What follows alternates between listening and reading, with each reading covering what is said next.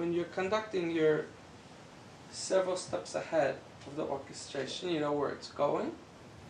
And so what happens doesn't surprise you because you know the arc of the resolution. If you know the arc of the resolution, it says, the sages, they like to explain that God repairs the remedy before the strike. It's a famous phrase, they say. When I was in my youth, that phrase brought me a lot of solace, especially if you're going through a difficult, challenging time. The idea that God prepared the remedy before the strike is very, very appealing because it personalizes it, it takes out the randomness, and it helps you invest faithfully in a devoted way to be faithful in the relationship of the greater orchestration, because of the knowledge that whatever happens, it's not like a small thing that everybody skipped over, nobody realized, but that the Creator created a remedy before the strike means there was special concern, special care. This is not random. When I get older and I'm a spiritualist, I grow as a spiritualist, and I go into the conductor stage, then I know whatever clashing there is between cymbals and drums, whatever interplay there is within the music of creation, I understand it's building to a crescendo and a resolution. And I'm in touch. In my mind, that resolution is already prepared. At the moment of the conflict or the moment of the juxtaposition, I'm already fixated on the timing to the resolution. When you're in touch with the resolution, then the incursion of the situation, the juxtaposition, there's no time for it to own you, for you to be reactive, because you're so far ahead in the orchestration of progressing and being proactive and preparing the solution that was already prepared beforehand. And it's so powerful and simple. When you look and think about it, the more you're invested in the pacing of the solution, the less there are resources and time to get off track in the dissonance and the repercussions of what seems wrong or an incursion. I find that that's very elementary and fundamental to the spiritual path. And then once you arrive there, once you're devoted and you're dedicated to being the orchestrator, then you can advance to the laws of Middah K'neged Middah, the laws of measure for measure. The laws of Middah K'neged Middah, measure for measure, predicate that the emotional integrity of your heart, where you're investing the energy, the music of your heart, that gives a signal as a conductor to creation of the pacing and the style and the nature of the overall composition. You know, sometimes in musical theory you can play the melody, and sometimes you can experiment with all different levels of harmony that are available, and sometimes you can play jazz, and sometimes you can deconstruct the song to such a degree and create so many variations of jazz. You could say, hey, let's play now all the notes that are not being played, and we're playing the whole song in empty spaces. And it could get very dark and abstract, and you're still playing the same melody.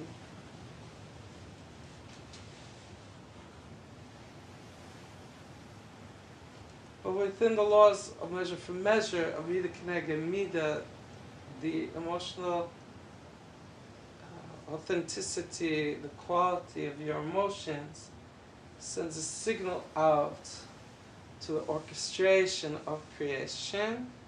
And as a conductor, your emotions itself is signaling to creation how to play.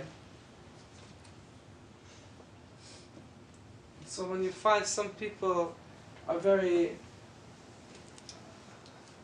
afraid or dissonant, and they would say, I have very good reason to be afraid and dissonant. Look how my life has been going. I'm kind of shell-shocked and I'm stuck in this pattern. I mean, when you think about it in a lawful way, in a linear way, in cause and effect, well, it sounds very reasonable. Pretty much this situation is pretty hopeless. I mean, it's always going to be this way. But when you look at it in a quantum way, in a spiritual way that's translinear, that's outside of consequence, from a spiritual perspective, you realize that there could be a cause in the future that has repercussions into the past. Just as much as there's a cause in the past and there's repercussions into the future. And it's a two-way track. When you look at it from that perspective,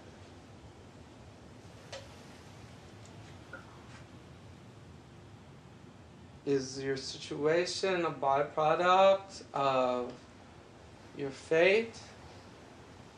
Or is your situation a byproduct of how you've been conducting the orchestra to play this symphony?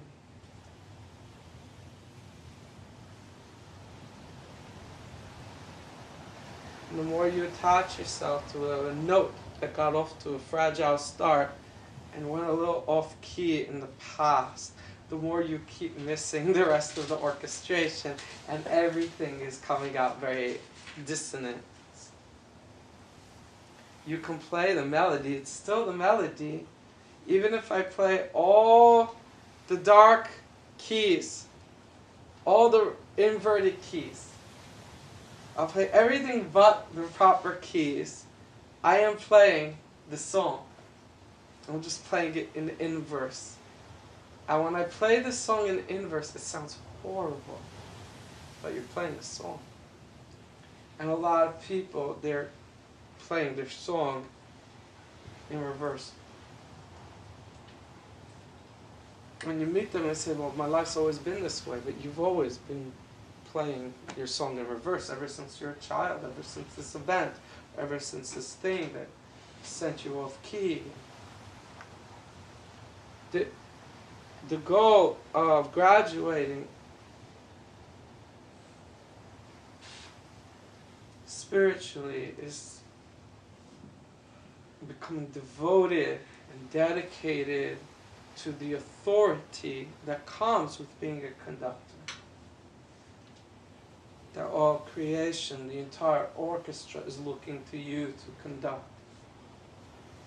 And if you're a conductor, you can't be reactive to something that was 3 seconds ago, but you have to keep the pacing aligned to the eventual resolution. Everything is going to the totality of the composition. And if you're outside the totality of the composition, you are reactive and you're lost. And the music you are producing, it's not creation, it's not God, it's not anybody else, it's you. It's you. This is the way you're playing your song. And so, when you grow in this respect and you graduate and you take care, devote time each day to investigate and to uplift the emotional integrity that you have in communing with each moment. When you do that, then you graduate into a spiritualist that recognizes that it's not that this morning I woke up angry, but this morning I was reactive and I became a speaker. I became an extension, a satellite for the creative voice of anger in creation. So when you feel those trembling drums and those clanging horns and you get intimidated, then the way you rush through the flute and the wind section and all the rest is all a byproduct of you lost pace, you lost rhythm, you lost measure right at the start. And you cannot recover until you regain a visage of where the song is going and how the song resolves. And then you can catch up and recalibrate and take possession of the orchestration to realign its music back to the way it was supposed to go to start. And what does this mean? It means that within the heart, your heart coherence, you recognize that it's not that you were angry, but that you chose to create with the power of anger. The force of anger is of a destructive force. You think destruction is bad. There's a time when destruction is needed. There's a time when the wrecking ball comes in and knocks down an old structure to build a new structure. And similarly, there's a proper role for destruction in the greater orchestration of the music. There is.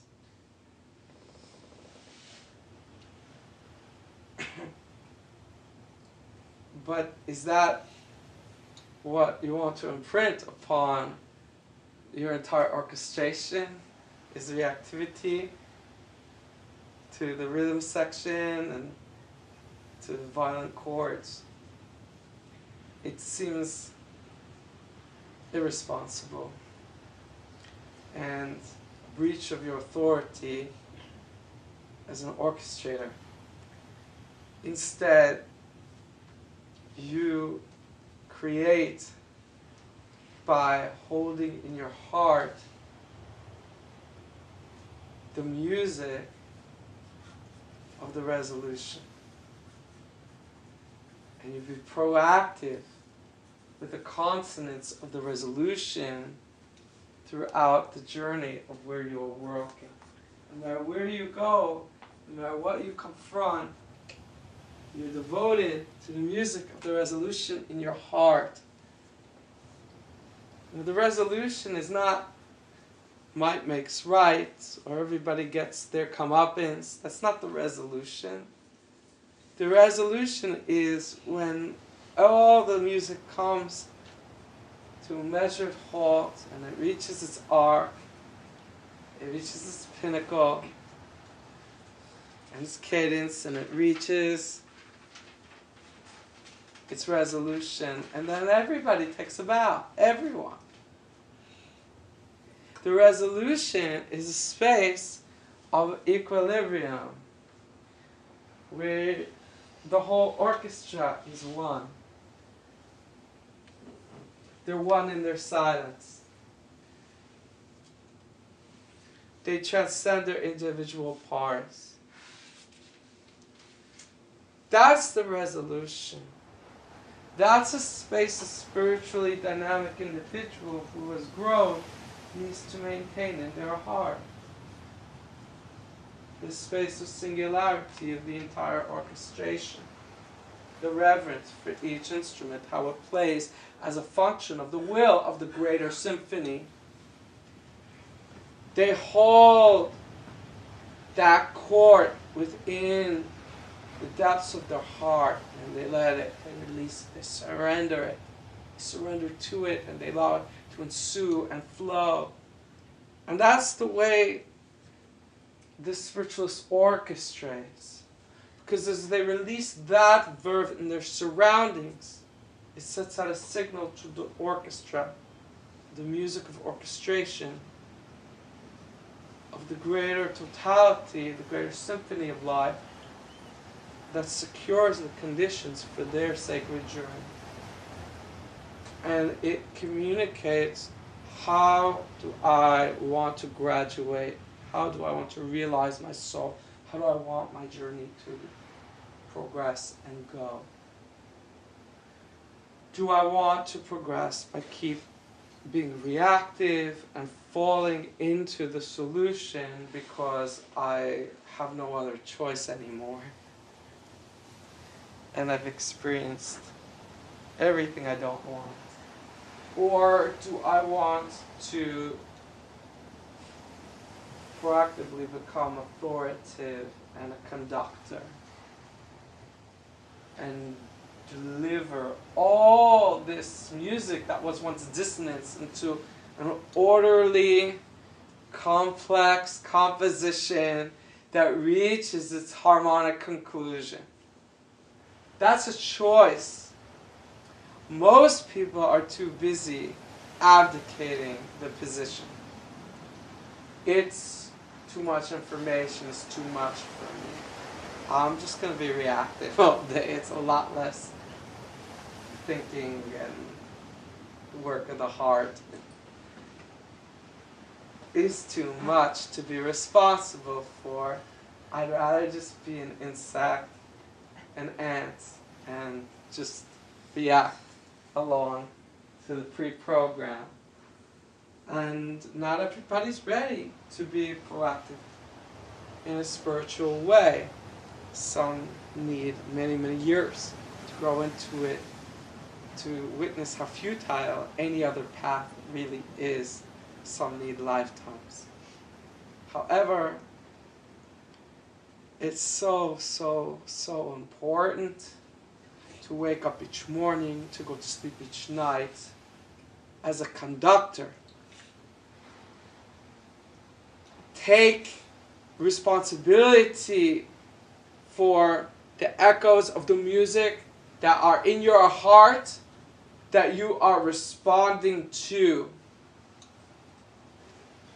And get clarity by going to the eventual resolution.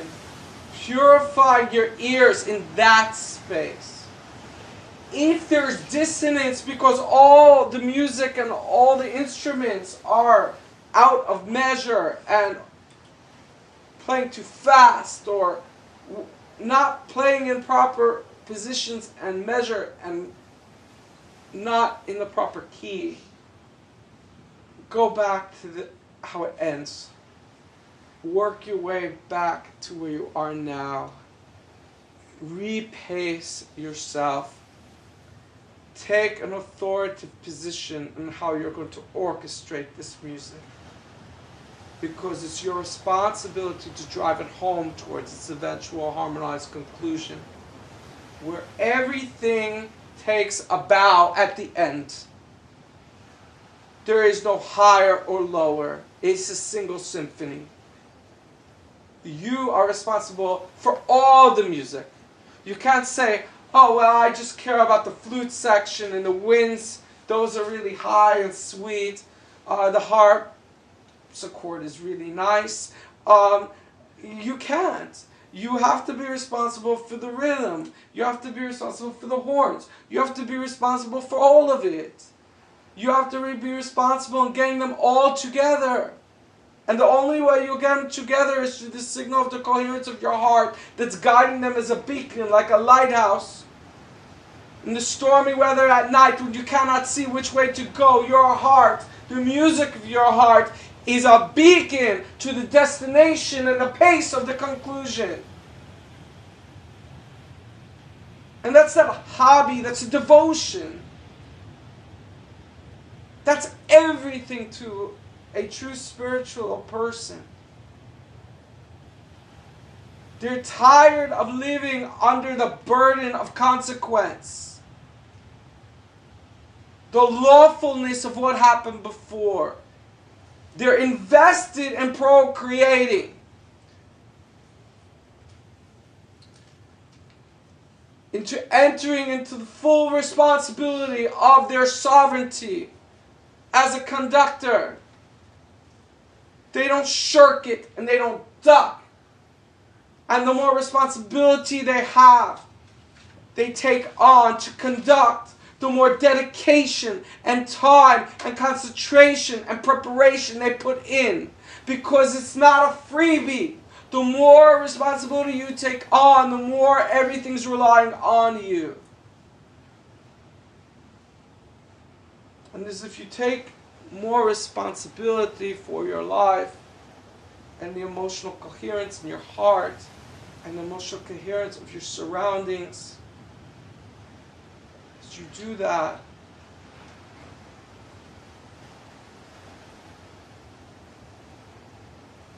that's where wonder, the greater mystery of life, starts to take root. Where you start to see a harmonizing of opposites. Where you start to see peeking from behind the veil. You start to see how everything is whole and one. Because you start to see within yourself the wholeness and the unity in your own devotion. And measure for measure, the world, your community, your circle of friends and influence, your household begins to dance along as well